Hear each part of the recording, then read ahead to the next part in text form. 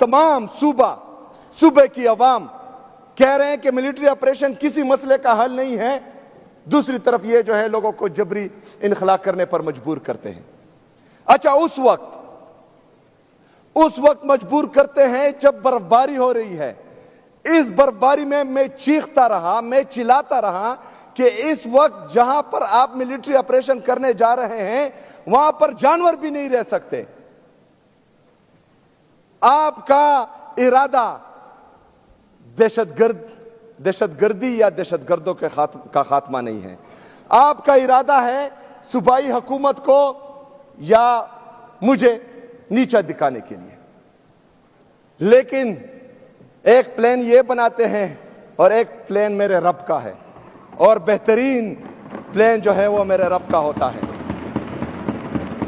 جناب اسپیکر، انہوں نے پہلے الزام لگایا کہ اسمگلر ہے، پھر الزام لگایا کہ دہشت گرد ہیں۔ دونوں بیانیوں میں ان کو منہ کی کہانی پڑی، کیونکہ پورے پاکستانیوں کو پتا ہے کہ یہ جھوٹ بول رہے ہیں۔ پورے پاکستانیوں نے عمران خان صاحب کی اس سپاہی کو جو عزت دی وہ پوری دنیا نے دیکھی، وہ کسی سے ڈکی چھپی نہیں ہے۔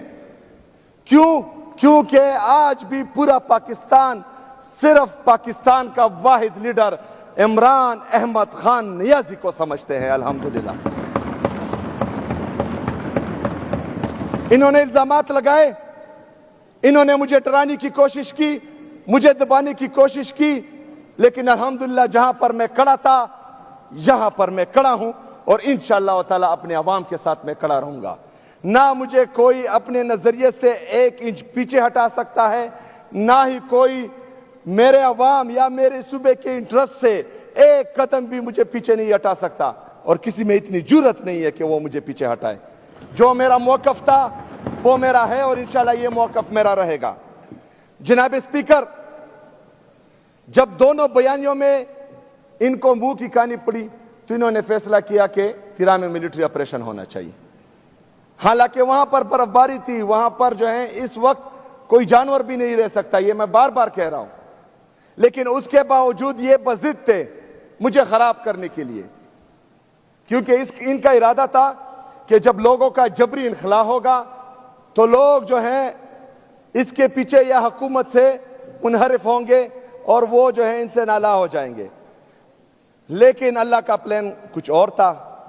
جب جبری انخلا ہوا تو میں تیرا کے عوام کے پاس گیا، تیرا کے عوام نے مجھے پیار دیا، انہوں نے مجھے عزت دی، کیونکہ ان کو پتا ہے کہ صوبائی حکومت نہیں، یہ بند کمروں کے فیصلے ہیں جو ہمیں جبری انخلا پر مجبور کر رہے ہیں۔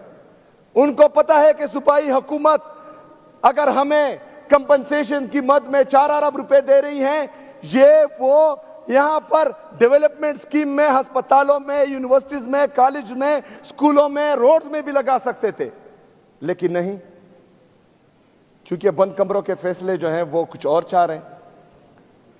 وہ خیبر پختونخوا کو لیبارٹری بنانا چاہ رہے ہیں، بلکہ لیبارٹری انہوں نے سمجھ رکھی ہے، ایک آتا ہے ایک تجربہ کرتا ہے، دوسرا آتا ہے دوسرا تجربہ کرتا ہے۔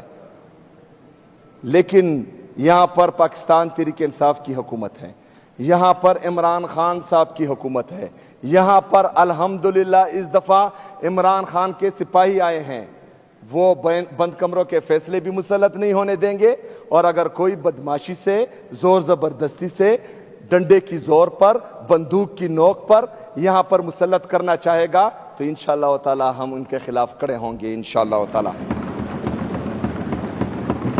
جناب اسپیکر،